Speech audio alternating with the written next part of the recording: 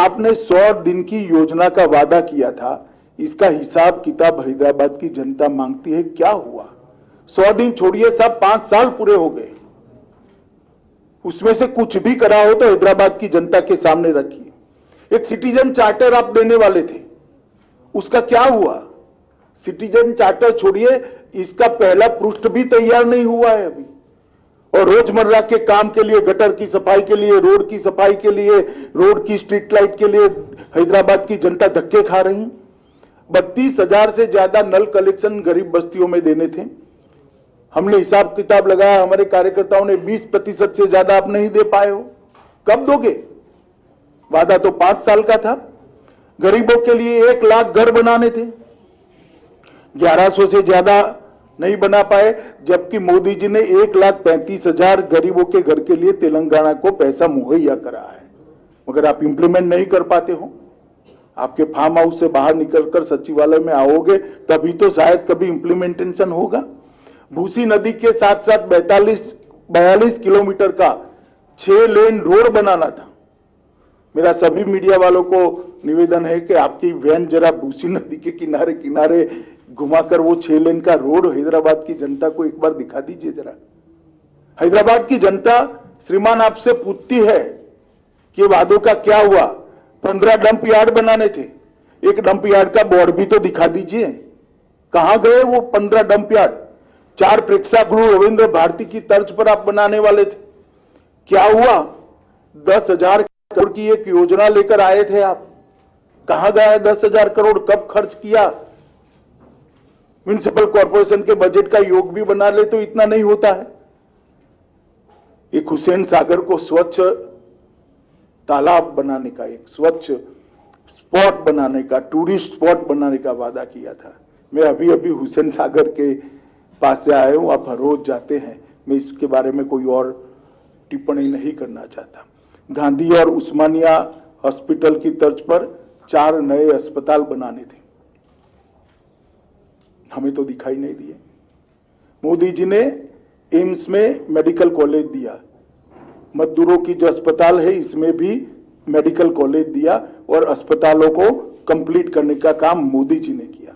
अरे साहब वो तो छोड़िए, आपने कुछ नहीं किया। मोदी जी ने एक आयुष्मान भारत योजना लाए हैं जिसमें हैदराबाद के अर्बन गरीब के लिए 5 लाख रुपए की पूरी हेल्थ का खर्चा भारत सरकार उठाने वाली है।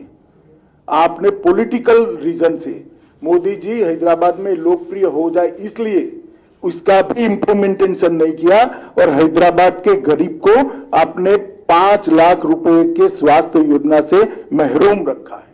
आज हैदराबाद में कोई भी गरीब बीमार पड़ता है तो उसको 5 लाख रुपए की दवाई नहीं मिलती, ऑपरेशन नहीं करा पाता, अपने बूढ़े माँ बाप का, अपने छोटे बच्चे का इलाज नहीं करा पाता। क्या बिगाड़ा है इन लोगों ने? मोदी जी की पॉपुलैरिटी तो वैसे ही केसीआर साहब होने वाली है। भारतीय जनता पार्टी की सरकार ने हैदराबाद और तेलंगाना के लिए काफी कुछ किया है। हैदराबाद मेट्रो प्रकल्प 16,000 करोड़ की लागत से जिसको 30 किलोमीटर लंबा बनाया, इसका उद्घाटन प्रधानमंत्री जी ने ही किया।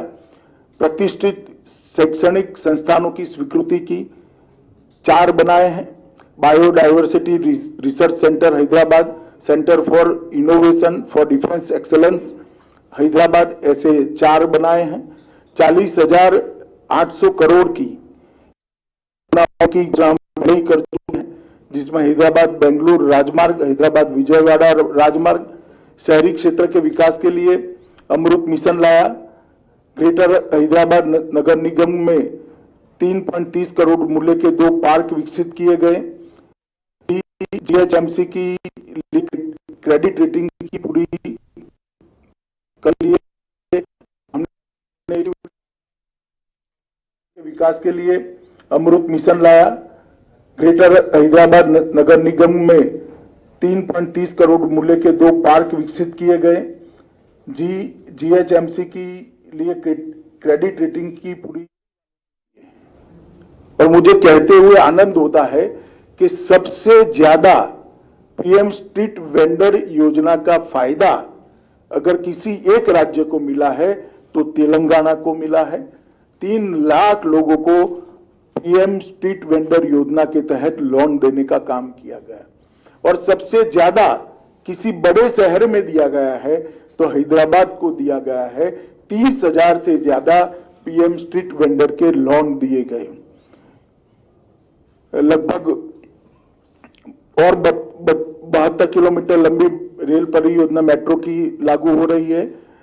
इसके अलावे हैदराबाद के लिए पहले पासपोर्ट की बहुत बड़ी दिक्कत थी, अब पूरी व्यवस्था को प्रोफेशनलाइज कर दिया गया है और सारा काम टेक्नोलॉजी बेस कर एक अद्यतन पासपोर्ट ऑफिस यहां पर बनाने का काम किया है।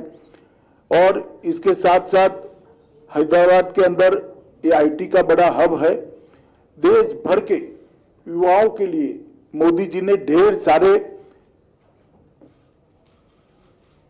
योजनाएं और ढेर सारे प्लेटफॉर्म उपलब्ध कराए हैं। इसका परिणाम है कि दुनिया भर में आर्थिक संकट है, मगर एफडीआई इनफ्लो सबसे ज्यादा भारत में है। एफआईआई इनफ्लो भी नवंबर में रिकॉर्ड जगह पे पहुंचा है। आईटी सेक्टर का इन्वेस्टमेंट जो हो रहा है, इसका सबसे बड़ा फायदा हैदराबाद को हो रहा है।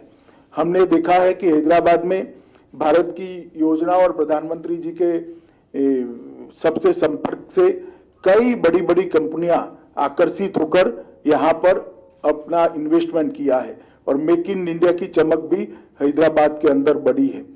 मोदी जी ने एक बहुत बड़ा रिफॉर्म किया है। अब न केवल वर्क फ्रॉम होम, इसकी जगह वर्क फ्रॉम एनीवेयर के लिए रास्ता खुला है और इसका सबसे बड़ा फायदा हैदराबाद के युवाओं को होने वाला है, जो आईटी प्रोफेशनल है उनको होने वाला है।